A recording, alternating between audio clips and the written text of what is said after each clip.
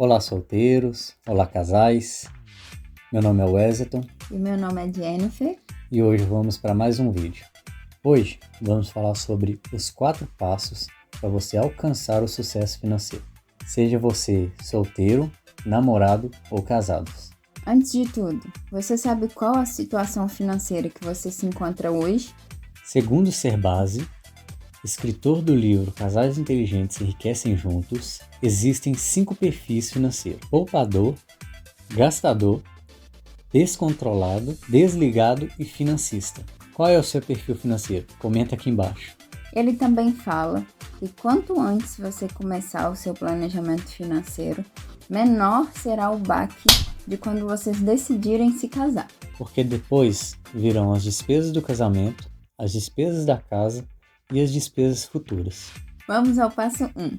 Organize a sua vida financeira. Para saber qual é o seu perfil, você vai precisar listar todas as entradas e todas as saídas, os gastos. Entradas: salário e renda extra. Gastos fixos: alimentação, transporte, água, luz, internet, a prestação do carro. Após listar, veja quanto o seu gasto compromete o seu salário. Se o saldo deu negativo, recomendamos fortemente que você comece o planejamento financeiro. E você deve começar quitando essas dívidas, seja do carro, seja de cartão de crédito, de qualquer outra. Ou você controla o seu dinheiro, ou ele controlará você. O hábito de administrar o dinheiro é mais importante do que a quantidade de dinheiro que você tem. Em Provérbios, diz o seguinte: quem planeja com cuidado tem fartura, mas o apressado acaba passando necessidade. Passo 2. Tenha uma mente milionária. Pense como um milionário. Recomendamos o livro Os Segredos da Mente Milionária, de T. Harv Eker. Este foi meu primeiro livro. Ele abriu totalmente a minha mente e me fez ter convicção de que eu achava que sabia alguma coisa. O livro cita que nós criamos um modelo financeiro desde a infância e isso nos impede de pensar como um milionário. Por isso é importante você conhecer os seus modelos financeiros e aprimorá-los. Exemplos desses pensamentos: isso é só para ricos. Rico é tudo ganancioso. Se eu fosse rico, eu seria mais feliz. Dinheiro é a raiz de todo mal. Estes são os pensamentos que alguma vez nós ouvimos e nos impede de ter sucesso na vida financeira. Mas e aí? É pecado querer ou ser rico? Não. Pecado é amar o dinheiro. E a Bíblia nos instrui que não devemos servir aos dois senhores. Ou seja, uma hora você vai amar um e desprezar o outro. Uma hora você vai amar o dinheiro em vez das pessoas. Vai amar o dinheiro em vez de acima de qualquer outra coisa. E isso sim é pecado. Então, como reeducar esses pensamentos? Sempre que você tiver um pensamento como esse, que você não consegue e é difícil, diga para você mesmo em voz alta: eu consigo sim, eu tenho uma mente milionária. Psicólogos falam que, quando você fala uma frase em voz alta, você declara uma verdade para o seu cérebro até que ela se torne verdade. Então, declare em voz alta. Outro ponto importante é ter um companheiro de objetivos. É muito mais fácil alguém ao seu lado estar te ajudando e te impulsionando a vocês crescerem juntos. Em Eclesiastes fala que a recompensa de 2 pessoas é muito maior do que quando você está só. E se um cair, o amigo pode ajudar a levantar. E pobre o homem que não tem quem o ajude a se levantar. Passo 3. Defina um novo modelo financeiro. Agora que você já listou os seus gastos e sabe o quanto que você gasta e fez alguns exercícios para mudar o pensamento de como lidar com o dinheiro, nós vamos te passar o método de modelo financeiro de um milionário. Primeira regra: hora extra não é salário. Não considere valores de hora extra para calcular quanto que você vai ganhar ou para fazer planos futuros. Segunda regra: se livre dos cartões de crédito. Todos. Eles não podem ser considerados um meio de reserva de emergência. Terceira regra: tenha um limite de gasto. Se você não definir um limite, qualquer valor serve. Então você sempre vai estourar o orçamento. Para te ajudar, te indicamos que você veja um vídeo completo da Natália Arcuri do Me Poupe, fazendo na prática o método dos envelopes. Deixamos o link aqui embaixo. Antes de explicar esse método, gostaríamos de deixar claro que nós utilizamos ele desde quando nós casamos. E é sim possível, e se nós conseguimos, vocês também conseguem. Não é nada impossível. Outro ponto muito importante. Se você não consegue administrar 90% do seu salário, não é 10% que vai fazer a diferença. E você, cristão, que não dá dízimo, os seus 90% não vai ter rendimento. Após tirar os 10%, aí sim você considera os 90% sendo 100%. Um exemplo bem prático, recebe R$1.000, tira R$100 de dízimo, R$900 é onde eu vou fazer a divisão de métodos. No próprio livro Segredo da Mente Milionária, o autor separa 10% para doações e ações sociais. Ou seja, até o próprio autor utiliza a sua renda apenas 90%. Então vamos para o método de divisão de gastos 50, 30, 20.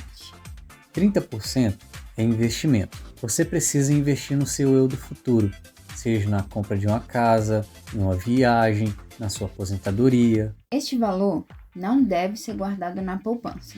Primeiro, porque lá não rende nada. E segundo, porque qualquer emergência que acontecer, você vai lá e vai gastar o dinheiro todo. Então, procure um investimento adequado conforme a sua meta. Caso queira algum exemplo de investimento no Brasil ou em Portugal, comente aqui embaixo que a gente pode gravar um outro vídeo somente disso. E 5% da sua renda vai para a educação. Este valor é para você investir em si mesmo e aumentar o seu valor de mercado, seja para ganhar um aumento, seja para ganhar uma promoção no trabalho, enfim. Então, invista em conhecimento, compre livros, compre cursos. Nós compramos muito cursos na Udemy, que é um site barato e que dá para você praticar em casa, porque é EAD. E agora, a maior parte, 55% da sua renda, vai para os gastos essenciais de viver o hoje, como, por exemplo, aluguel, transporte, lazer, comida, a prestação do seu carro, entra tudo nesses 50%. Queremos chamar atenção no lazer.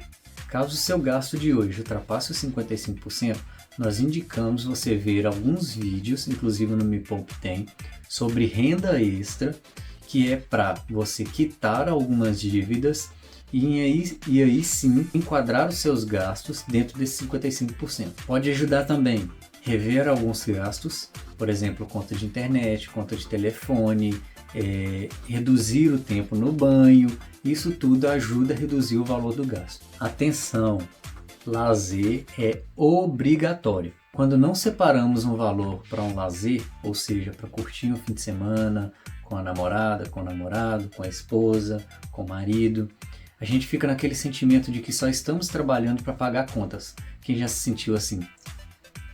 Por isso, defina um valor mensal para vocês saírem e gastar com lazer, seja um cinema, um piquenique, um jantar romântico. Nós costumamos separar esse valor mensal e dividimos ele em 4 semanas. Porque todo fim de semana nós temos um valor específico para gastar conosco. Agora vem a parte que todo mundo gosta. É os 10% que você vai tirar para qualquer coisa. Seja roupa, seja um tênis, seja uma camisa que você queira comprar, seja sapatos, maquiagem. É aquele dinheiro que você vai virar no final do mês e falar assim, eu posso porque eu trabalhei para isso. E não ao contrário, quando você não sabe quanto você pode gastar e você vira, eu trabalho para isso mesmo, eu vou comprar isso. E isso ultrapassa o valor que você poderia gastar. Mas não se engane, essa recompensa é só para quem conseguiu quitar as dívidas e conseguiu ajustar o seu limite financeiro dentro daqueles 55%. Por quê? Como você vai gastar um dinheiro com você mesmo, sendo que você está com dívidas até o pescoço? Passo 4.